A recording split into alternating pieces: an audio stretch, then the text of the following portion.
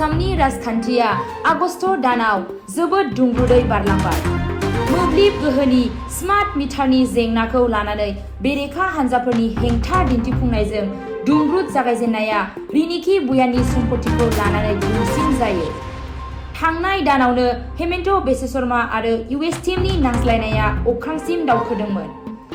बिथाङा दाबि खालामदोंमोन दि USTMआ दै बाना जिहादाव लोब्बा दं। बिथाङा गुवाहाटीनि दै बानानि थाखाय USTMखौ दायनिगिरि साजायदोंमोन। नाथाय सुबुंफोरा बिथांनि दाबिखौ गनायना लायाखै। बेनि थाखायनो बिथाङा मिनिजाथावना जायो। राजखान्थिनि बारा हरखाबै दिहिंनि जिनाहारिनि जाथायजों हरखाबै दिगखौ सोलायो। दायनिगिरिफोरा मुस्लिम हारिनि जानायलाय गिबि मन्थ्रि आरो BJPआ बेरेखा दोलोफोरखौ मुस्लिम हारिखौ रैखाथि होनायनि दाय होनानै गोख्रोङै गाग्लोबदोंमोन।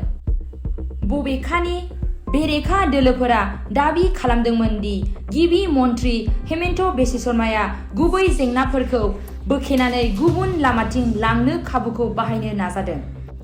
बिथांमोनहा बुङो दि रायजोआव बेसेन बांनाय अनागार आरो गाज्रि खुंथायनि बाथ्राखौ लानानै बेरेखा हान्जानि गोख्रोङै गाग्लोबनायजों बेंखन जानायखाय हेमन्त बिश्व शर्मा दिहिंनि जिनाहारिनि जाथायनि असिला लानानै हिन्दु आरो मुसलमाननि गेजेराव बेले बेजे सोमजिहोनो नाजादों।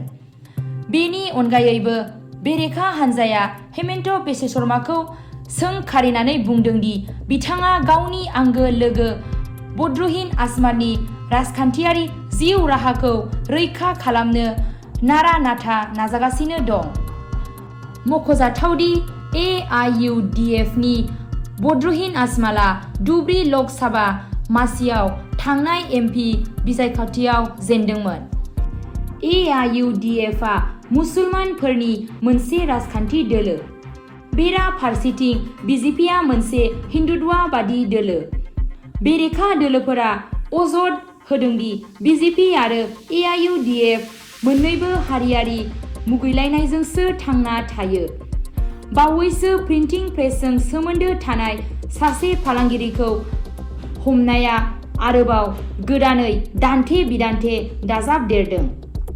मोनसे खौरां मेलाव AJPनि आफादगिरि लुरिनज्यति गगैआ BJP सोरखारखौ बेरेखा हान्जानि दैदेनगिरिफोरनि फन टेपिं खालामनायनि अजद दैखांदों। बिथांनि बादिब्ला फालांगिरिखौ उखिल गगैआ हेमन्त बिश्व शर्माया मियानि फाफ्लियाव गाखोना थानाय दिन्थिना मोनसे कार्टुन पस्टार बानायनो थिनदोंमोन। लुरिनज्यति गगैनि बादिब्ला उखिल गगै आरो फालांगिरिनि अनगा गुबुन रावबो बेनि सोमोन्दै मिथियानोमोन, मानोना उखिल गगैआ फालांगिरिखौ फनाव कल खालामनानैसो खामानिखौ थिनदोंमोन।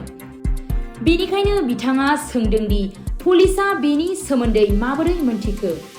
बिथाङा बुङो दि BJPआ आसामखौ फासिस्ट रायजो बानायबाय। बे बाथ्राया थारैनो सैथोब्ला बेयो रायजोनि सुबुंखान्थिनि थाखाय थारैनो गिथावना। दा सरकारा बे आयदानि सायाव माबोरै फिननाय होयो बेखौ समासो फोरमायसिगोन।